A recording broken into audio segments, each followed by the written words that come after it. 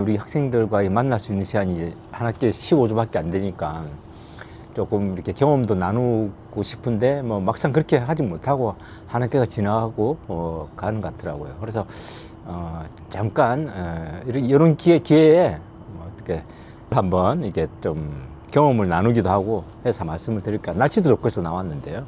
오늘은 이 봄이 되니까 이 만물이 소생하는 그 서로 이렇게 뽐냄을, 잘생김을 뽐내는 이런 그 자연과 이렇게 더불어 있다 보니까 한편으로 부럽기도 하고 우리 청춘을 보는 것 같기도 하고, 청춘이 좋긴 하지만 또 그만큼 애를 많이 써야 되고 힘든 시기이기도 합니다. 지나고 보면 그 치열했던 만큼 또 힘듦이 다 있죠.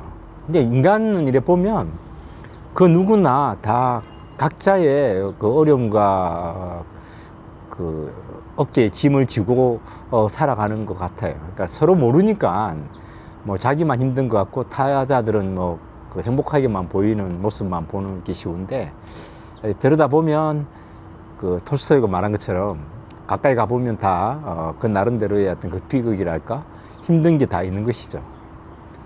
그 동양과 서양의 어떤 그 공동체의 차이점을 한번 제가 가볍게 말씀드려 볼까 합니다. 동서양의 철학의 차이와 습관, 문화의 차이가 어떻게 우리 일상생활을 다르게 지배하고 있는가 하는 부분을 한번 소개해 드릴까 하는데요.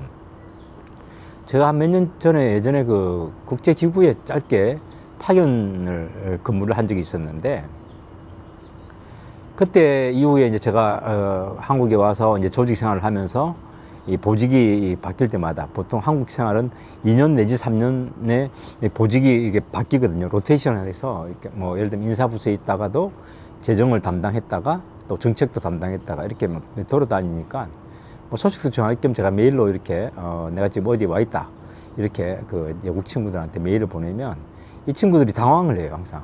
왜 어떻게 당황하냐면, 야 이거 뭐야, 그 자기네들은 한 조직의 한 디파트먼트의 그 리크루트가 되면 거기 거의 평생 다니거든요.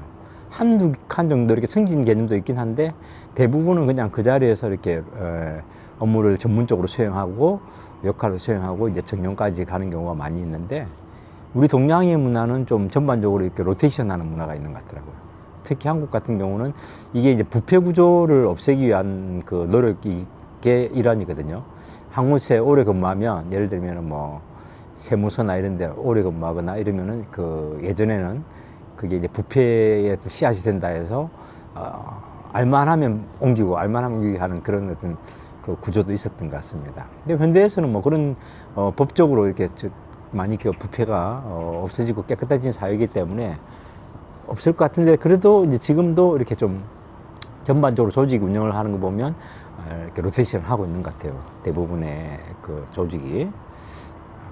그래서 그 동양은 좀 뭔가 이렇게 전반적인 제너럴리스트를 양성한다고 한다면, 서양은 좀 스페셜리스트를 양성하는 그런 느낌이 들었고, 동양의 어떤 도의 문화, 노자, 장자, 뭐 공자, 맹자 이런 어떤 그 철학적인 것들이 보면 전체를 아우르는, 전반을 이렇게 보는, 자연과 더불어 사는, 조화롭게 사는 그런 것들을 추구한다면, 뭔가 이렇게 그 서양은 과학적이고 분석적이고 쪼개서 보고 나눠서 보고 분석해서 그 어떤 원자와 분자, 뭐 중성자, 양성자 이런 것들을 쪼개서 보는 그런 어떤 그 분석적인 그 틀을 그걸 강조하는 거 아닌가. 그런 것들이 일상생활에도 많이 나오고 있는 것이, 우리나라 같은 경우는 되게 이제 그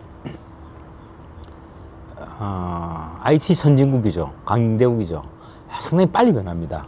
기술의 습득도 빠르고 그 기술을 적용해서 어떤 그 삶에 녹여서 이렇게 일상화 시키는 부분도 빠르고, 그러다 보니까 뭐 거의 우리나라는 초고속 인터넷망이 전 세계 1등이잖아요. 깔려 있는 것들이. 물론 이제 집합적으로 모여 있는 그런 어떤 그 지리적인 여건도 있지만은, 그만큼 우리는 그 전통보다는 새로움에 대한 어떤 호기심, 좋게 말하면은 혁신, 이 창의성을 가진 그 어떤 그 DNA를 가진 민족이 아닌가, 한편으로 좋게 보면.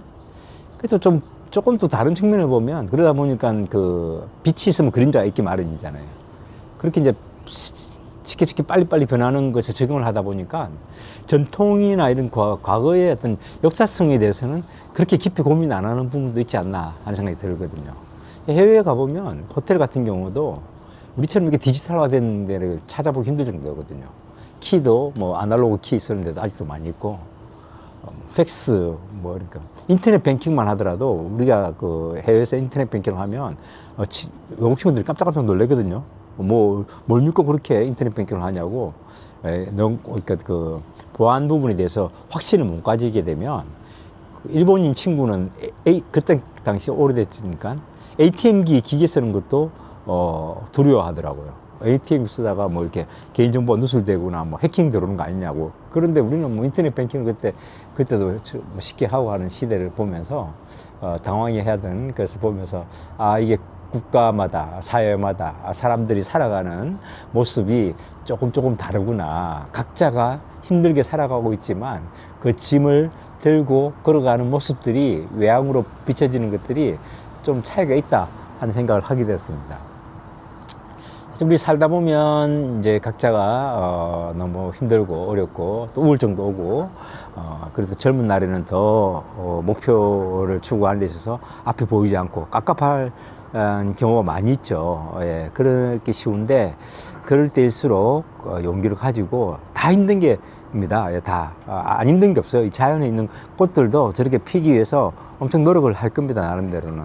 그러나 뭐 이렇게 그 삶 자체가 힘들 수도 있죠. 그러나 그 힘듦 속에 또 약간의 어떤 그 행복이라는 단꿀도 있고, 또 힘든 걸 이렇게 또 버티고 이겨내고 견뎌내는데 또 어떤 삶의 묘미가 있지 않나 생각이 듭니다. 우리 학생들이 공부하고 힘들고, 특히 이 봄날에 공부하기 힘든 시대에 이런 어떤 썰로서 한번 가볍게 말씀을 드려봤습니다.